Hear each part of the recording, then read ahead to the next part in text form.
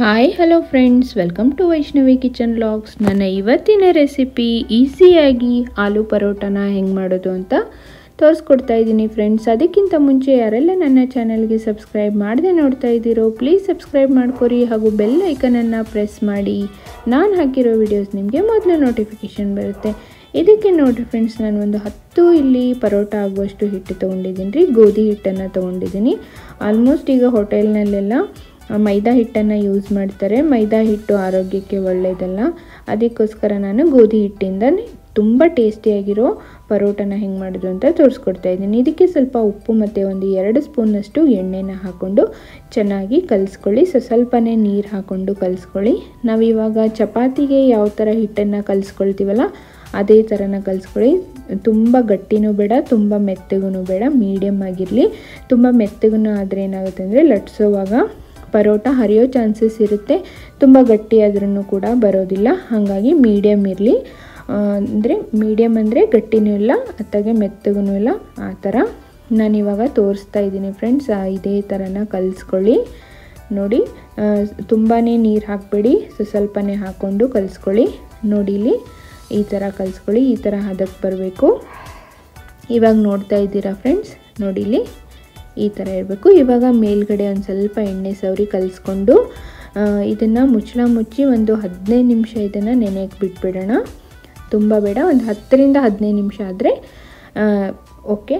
ಮತ್ತು ಇದಕ್ಕೆ ಒಂದು ಸ್ಟಫಿಂಗನ್ನು ರೆಡಿ ಮಾಡ್ಕೊಂಬರೋಣ. ಇದಕ್ಕೆ ನಾನೊಂದು 3 ಆಲೂಗಡ್ಡೆನ ತೊಗೊಂಡಿದ್ದೀನಿ. ಇದನ್ನು ಚೆನ್ನಾಗಿ ಬೇಯಿಸ್ಕೊಳ್ಬೇಕು. ಇದು ಕುಕ್ಕರಲ್ಲಿಟ್ಟು ಒಂದು 5 ರಿಂದ 6 ವಿಷಲನ್ನು ಮಾಡಿಸ್ಕೊಂಡ್ರೆ ತುಂಬ ಫುಲ್ ಸಾಫ್ಟ್ ಆಗ್ತವೆ. ನೋಡಿ ಇಲ್ಲಿ ಈ ಥರ ಮೆತ್ತಗಾದರೆ ಸಾಕು ಫ್ರೆಂಡ್ಸ್. ಇದಕ್ಕೆ ನಾನಿಲ್ಲಿ ಒಂದು ಸ್ಮ್ಯಾಶರಿಂದ ಸ್ಮ್ಯಾಶ್ ಮಾಡ್ಕೊಳ್ತಾ ಇದ್ದೀನಿ. ನೀವು ತುಂಬ ಗಟ್ಟಿ ಇದ್ದರೆ, ಇನ್ನು ಚೆನ್ನಾಗಿ ಬೆಂದಿದ್ದಿಲ್ಲ ಗಟ್ಟಿ ಇದ್ದರೆ ನೀವು ಏನಂದರೆ ಕೊಬ್ಬರಿ ತುರಿತೀವಲ್ರಿ ಅದರಿಂದನೂ ತುರ್ಕೊಳ್ಬೋದು. ತುಂಬ ಫುಲ್ಲು ಸಾಫ್ಟ್ ಆಗುತ್ತೆ. ನಾವು ಸ್ಮ್ಯಾಶ್ ಮಾಡ್ಕೊಳ್ಳೋದೇನೂ ಬೇಕಾಗಿರೋದಿಲ್ಲ. ನಾನಿಲ್ಲಿ ಫುಲ್ ಸಾಫ್ಟ್ ಆಗಿರೋದ್ರಿಂದ ಒಂದು ಸ್ಮ್ಯಾಶರ್ ತೊಗೊಂಡು ಇಲ್ಲಿ ಸ್ಮ್ಯಾಶ್ ಮಾಡ್ಕೊಳ್ತಾ ಇದ್ದೀನಿ. ಇದರಲ್ಲಿ ಆಲೂಗಡ್ಡೆಯಲ್ಲಿ ಸ್ವಲ್ಪನೂ ಗಟ್ಟಿ ಬರದೇ ಇರೋ ಹಾಗೆ ನೋಡ್ಕೊಳ್ಳಿ. ಹಾಗೇನಾದರೂ ಕಲಿಸುವಾಗ ಕೈಯಲ್ಲಿ ಬಂದರೆ ಅದನ್ನು ಸೈಡ್ಗೆ ತೆಗೆದಿಟ್ಕೊಳ್ಳಿ, ಇಲ್ಲಾಂದರೆ ಪರೋಟ ಮಾಡುವಾಗ ಹರಿಯೋ ಚಾನ್ಸಸ್ ಇರುತ್ತೆ. ಇವಾಗ ಇದಕ್ಕೆ ಉಪ್ಪು ಹಾಕ್ಕೊಳ್ತಾ ಇದ್ದೀನಿ ಫ್ರೆಂಡ್ಸ್. ಉಪ್ಪು ನೋಡ್ಕೊಂಡು ಹಾಕ್ಕೊಳ್ಳಿ. ನಾವು ಹಿಟ್ಟಿಗೂ ಉಪ್ಪು ಹಾಕ್ಕೊಂಡಿರ್ತೀವಿ, ಅದಕ್ಕೋಸ್ಕರ. ಇವಾಗ ನೆಕ್ಸ್ಟ್ ನಾನು ಇಲ್ಲಿ ಗ್ರೀನ್ ಚಿಲ್ಲಿ ಪೇಸ್ಟ್ ಅಂದರೆ ಹಸಿ ಖಾರ ನಾವು ಯಾವಾಗಲೂ ಮಾಡಿಟ್ಕೊಂಡಿರ್ತೀವಿ ರೀ, ಇದನ್ನು ಹಾಕ್ಕೊಳ್ತಾ ಇದ್ದೀನಿ. ಇದ್ರದ್ದು ಬೇಕಂದರೆ ಲಿಂಕನ್ನು ಡಿಸ್ಕ್ರಿಪ್ಷನಲ್ಲಿ ಹಾಕಿರ್ತೀನಿ, ನೀವು ಚೆಕ್ ಮಾಡ್ಕೊಳ್ಳಿ. ಇದನ್ನು ಕೂಡ ಹಾಕ್ಕೊಂಡು ಮಿಕ್ಸ್ ಮಾಡ್ಕೊಳ್ಬೇಕು. ಇವಾಗ ಇದಕ್ಕೆ ಗರಂ ಮಸಾಲೆ ಒಂದು 2 ಸ್ಪೂನಷ್ಟು, ಸಣ್ಣ ಸ್ಪೂನಿಂದ ಒಂದು 2 ಸ್ಪೂನಷ್ಟು ಹಾಕ್ಕೊಳ್ತಾ ಇದ್ದೀನಿ. ಇಲ್ಲಪ್ಪ ಗರಂ ಮಸಾಲ ಇಲ್ಲ ಅಂತ ಹೇಳಿದರೆ ನೀವು ಧನಿಯಾ ಪುಡಿನೂ ಹಾಕ್ಕೊಳ್ಬೋದು. ನಾನಿಲ್ಲಿ ಮನೆಯಲ್ಲೇ ಮಾಡಿಟ್ಕೊಂಡಿರೋ ಮಸಾಲ ಪುಡಿನ ಹಾಕ್ಕೊಳ್ತಾ ಇದ್ದೀನಿ. ಇದನ್ನು ಕೂಡ ನಾನು ಡಿಸ್ಕ್ರಿಪ್ಷನಲ್ಲಿ ಕೊಟ್ಟಿರ್ತೀನಿ, ನೀವು ಚೆಕ್ ಮಾಡ್ಕೊಳ್ಳಿ. ಸ್ವಲ್ಪ ಅರಿಶಿಣ ಪುಡಿನ ಹಾಕ್ಕೊಂಡೆ.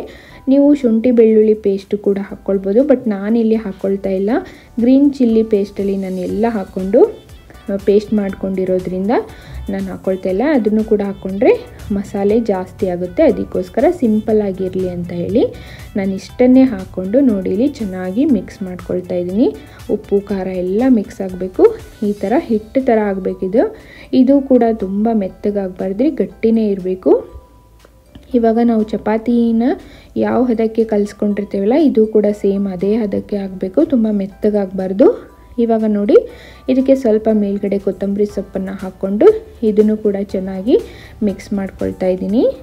ನೋಡಿಲಿ ಇವಾಗ ಇದರಲ್ಲಿ ನಾವು ಎಷ್ಟು ಪರೋಟ ಮಾಡ್ತೀವೋ ಅಷ್ಟು ಉಂಡೆಗಳನ್ನಾಗಿ ನಾವು ಮಾಡಿ ಇಟ್ಕೊಳ್ಬೇಕು. ನೋಡಿಲಿ ಈ ಥರ ಉಂಡೆನ ಮಾಡಿಟ್ಕೋಬೇಕು, ಮೀಡಿಯಮ್ ಸೈಜ್. ನಾವು ಏನಂದರೆ ಚಪಾತಿ ಹಿಟ್ಟನ್ನು ಯಾವ ಉಂಡೆ ತೊಗೊಂಡಿರ್ತೀವಲ್ಲ ಅದಕ್ಕಿಂತ ಸ್ವಲ್ಪ ಕಡಿಮೆ ತೊಗೊಳ್ಬೇಕು. ಇದನ್ನು ನಿಮಗೆ ತೋರಿಸ್ತಾ ಇದ್ದೀನಿ ನೋಡಿಲಿ. ನಾವು ಚಪಾತಿನ ಅಂದರೆ ಪರೋಟನ ಹಿಟ್ಟನ್ನು ಯಾವ ಸೈಜಲ್ಲಿ ತೊಗೊಂಡಿರ್ತೀವಲ್ರಿ ಅದಕ್ಕಿಂತ ಸ್ವಲ್ಪ ಕಡಿಮೆ ಈ ಸ್ಟಫಿಂಗನ್ನು ತೊಗೊಳ್ಬೇಕಾಗುತ್ತೆ. ನೋಡಿ ಇಲ್ಲಿ ಒಂದು 10 ಪರೋಟ ಆಗಿದ್ದಾವೆ. ಇವಾಗ ನೋಡಿರಿ ಇಲ್ಲಿ ಹಿಟ್ಟು ಕಲಸಿಟ್ಕೊಂಡಿದ್ವಲ್ರಿ, ನೋಡಿ ಎಷ್ಟು ಚೆನ್ನಾಗಿ ನೆಂದು ತುಂಬ ಚೆನ್ನಾಗಾಗಿದೆ. ಇವಾಗ ಇದನ್ನು ಕೂಡ ಅಷ್ಟೇ ಸಣ್ಣ ಸಣ್ಣ ಉಂಡೆಗಳನ್ನಾಗಿ ಮಾಡಿ ತಗೊಳ್ತಾ ಇದ್ದೀನಿ. ಆವಾಗ ಸ್ಟಫಿಂಗನ್ನು ತೊಗೊಂಡಿದ್ನಲ್ರಿ ಅದಕ್ಕಿಂತ ಸ್ವಲ್ಪ ಜಾಸ್ತಿ ತೊಗೊಳ್ಬೇಕ್ರಿ ಹಿಟ್ಟು. ನೋಡಿ ಇಲ್ಲಿ ಈ ಥರ ನೋಡಿ ಎಲ್ಲನೂ ಇದೇ ಸೈಜಲ್ಲಿ ಮಾಡಿ ರೆಡಿ ಮಾಡಿ ಇಟ್ಕೊಂಡ್ಬಿಡಬೇಕು. ಆಮೇಲೆ ನಮಗೆ ಪರೋಟ ಮಾಡ್ಕೊಳ್ಳೋಕ್ಕೆ ತುಂಬ ಈಸಿ ಆಗುತ್ತೆ. ಇವಾಗ ಮೇಲ್ಗಡೆ ಸ್ವಲ್ಪ ಹಿಟ್ಟು ಹಾಕ್ಕೊಂಡು ಇದನ್ನು ಅಗಲ ಮಾಡ್ಕೋಬೇಕು. ಲಟ್ಟಿಸ್ಕೊಂಡು ನೋಡಿ ಇಲ್ಲಿ ಈ ಥರ ಮಾಡ್ಕೊಳ್ಳಿ. ಇಷ್ಟಾದರೆ ಸಾಕು ಫ್ರೆಂಡ್ಸ್. ಇವಾಗ ಸ್ಟಫಿಂಗ್ ಮಾಡ್ಕೊಳ್ಳೋಣ. ಇದನ್ನು ಈ ಥರ ಇಟ್ಕೊಂಡು ನೋಡಿ ಇಲ್ಲಿ ಈ ಥರ ಮಡಚಿ ತುಂಬಿಕೊಳ್ಬೇಕು. ನೋಡಿ ಈ ಥರ ಹಿಟ್ಟು ಕೂಡ ಎಷ್ಟು ಚೆನ್ನಾಗಿ ಅದಾಗಿದೆ, ಎಲ್ಲೂ ಕೂಡ ಹರಿಯೋದಿಲ್ಲ. ಈ ಥರ ಮಾಡೋದ್ರಿಂದ, ಈ ಥರ ಕರೆಕ್ಟಾಗಿ ಹಿಟ್ಟು ಕಲಿಸೋದ್ರಿಂದ, ಸ್ಟಫಿಂಗನ್ನು ರೆಡಿ ಮಾಡ್ಕೊಳ್ಳೋದ್ರಿಂದ ನೋಡಿ ಮೇಲ್ಗಡೆ ಎಕ್ಸ್ಟ್ರಾ ಹಿಟ್ಟು ಬಂದಿದ್ದರೆ ಅದನ್ನು ತಗೊಂಡ್ಬಿಡಿ, ತುಂಬ ದಪ್ಪ ಆಗಿಬಿಡುತ್ತೆ. ಇವಾಗ ಸ್ವಲ್ಪ ಹಿಟ್ಟು ಹಾಕ್ಕೊಂಡು ನೋಡಿ ಕೈಯಿಂದನೇ ಈ ಥರ ಸ್ವಲ್ಪ ಫಸ್ಟಿಗೆ ಪ್ರೆಸ್ ಮಾಡಿಕೊಂಡು ನಾವು ಲಟ್ಟಣಿಕೆಯಿಂದ ಲಟ್ಟಿಸ್ಕೊಳ್ಬೇಕು. ತುಂಬ ಸ್ಲೋ ಆಗಿ ಲಟ್ಟಿಸ್ಬೇಕು ಫ್ರೆಂಡ್ಸ್. ನೋಡಿ ಇಲ್ಲ ಅಂದರೆ ಈ ಸ್ಟಫಿಂಗ್ ಹೊರಗಡೆ ಬಂದು ಫುಲ್ ಹರಿಯೋ ಚಾನ್ಸಸ್ ಇರುತ್ತೆ ಪರೋಟ. ಎಷ್ಟು ಸಾಧ್ಯನೋ ಅಷ್ಟು ನಾವು ತುಂಬ ಸ್ಲೋ ಆಗಿ ಲಟ್ಟಿಸ್ಬೇಕು. ನೋಡಿ ಸೈಡಿಗೆಲ್ಲ ಚೆನ್ನಾಗಿ ಲಟ್ಟಿಸ್ಕೊಳ್ಳಿ. ನೋಡಿ ಕೈಯಿಂದನ ಸ್ವಲ್ಪ ಸರಿ ಮಾಡಿಕೊಂಡು ಲಟ್ಟಿಸ್ಕೊಳ್ಬೇಕು. ಸ್ವಲ್ಪ ಸ್ಲೋ ಆದರೂ ಪರವಾಗಿಲ್ಲ. ನೋಡಿ ಚೆನ್ನಾಗಿ ಈ ಥರ ಈಸಿಯಾಗಿ ಮಾಡ್ಕೊಳ್ಳಿ.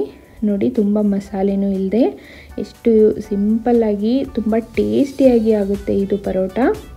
ಮತ್ತು ಕೆಲವೊಬ್ಬರು ಏನಂದರೆ ಈರುಳ್ಳಿನೂ ಕೂಡ ಹಾಕ್ತಾರೆ, ನಾನು ಹಾಕ್ತಾಯಿಲ್ಲ. ಇದು ಪರೋಟ ಮಾಡುವಾಗ ಹರಿದು ಬಿಡ್ತಾವ್ರಿ, ಅದಕ್ಕೋಸ್ಕರ ನಾನು ಈರುಳ್ಳಿನ ಹಾಕ್ತಾಯಿಲ್ಲ. ನೀವು ಬೇಕಂದರೆ ಹಾಕ್ಕೊಳ್ಳಿ. ಇವಾಗ ಹಂಚನ್ನು ಇಟ್ಕೊಂಡಿದ್ದೀನಿ. ಇದಕ್ಕಾದಮೇಲೆ ಒಂದು 2 ಸ್ಪೂನಷ್ಟು ಎಣ್ಣೆ ಹಾಕ್ಕೊಂಡು ನೋಡಿ ಇಲ್ಲಿ ನಾನು ಪರೋಟ ಲಟ್ಟಿಸಿ ಇಟ್ಕೊಂಡಿದ್ದೆನಲ್ರಿ ಇದನ್ನು ಕೂಡ ಹಾಕ್ಕೊಳ್ತಾ ಇದ್ದೀನಿ. ಮೀಡಿಯಮ್ ಇಟ್ಕೊಂಡು ಚೆನ್ನಾಗಿ ಏನಂದರೆ ಬೇಯಿಸ್ಕೊಳ್ಳಿ. ಒಳಗಡೆ ಸ್ಟಫಿಂಗು ಕೂಡ ತುಂಬ ಚೆನ್ನಾಗಿ ಬೇಯಬೇಕು. ಮೇಲ್ಗಡೆ ಈ ಥರ ಎಣ್ಣೆ ಹಾಕ್ಕೊಂಡು ಮತ್ತೆ ತಿರುವು ಹಾಕ್ಕೊಳ್ಳಿ. ಇದಕ್ಕೆ ಸ್ವಲ್ಪ ಎಣ್ಣೆ ಜಾಸ್ತಿನೇ ಇರಲಿ, ತುಂಬ ಟೇಸ್ಟಿಯಾಗಿ ಬರ್ತವೆ, ತುಂಬ ಚೆನ್ನಾಗಿ ಬೇಯ್ತವೆ. ಈ ಕಡೆಯೂ ಕೂಡ ಎಣ್ಣೆ ಹಚ್ಕೊಂಡು ನೋಡಿಲಿ ಮತ್ತೆ ತಿರುಗಿಸಿ ಹಾಕೋಬೇಕು. ಇದೇ ಥರ ಒಂದು 2 ಸಲ ಆ ಕಡೆಯಿಂದ ಈ ಕಡೆಯಿಂದ ಆ ಕಡೆ ತಿರುಗಿಸಿ ಹಾಕ್ಕೊಂಡು ನಾವು ಚೆನ್ನಾಗಿ ಬೇಯಿಸ್ಕೊಳ್ಬೇಕು ಮೀಡಿಯಮ್ ಫ್ಲೇಮ್ ಇಟ್ಕೊಂಡು. ನೋಡಿ ಫ್ರೆಂಡ್ಸ್ ಎಷ್ಟು ಚೆನ್ನಾಗಿ ತಿನ್ನೋಕ್ಕೂ ತುಂಬ ಟೇಸ್ಟಿಯಾಗಿರುತ್ತೆ. ಬಿಸಿ ಬಿಸಿ ಇರುವಾಗಲೇ ತಿಂದ್ರೂ ತುಂಬ ಟೇಸ್ಟಿಯಾಗಿರುತ್ತೆ ಫ್ರೆಂಡ್ಸ್.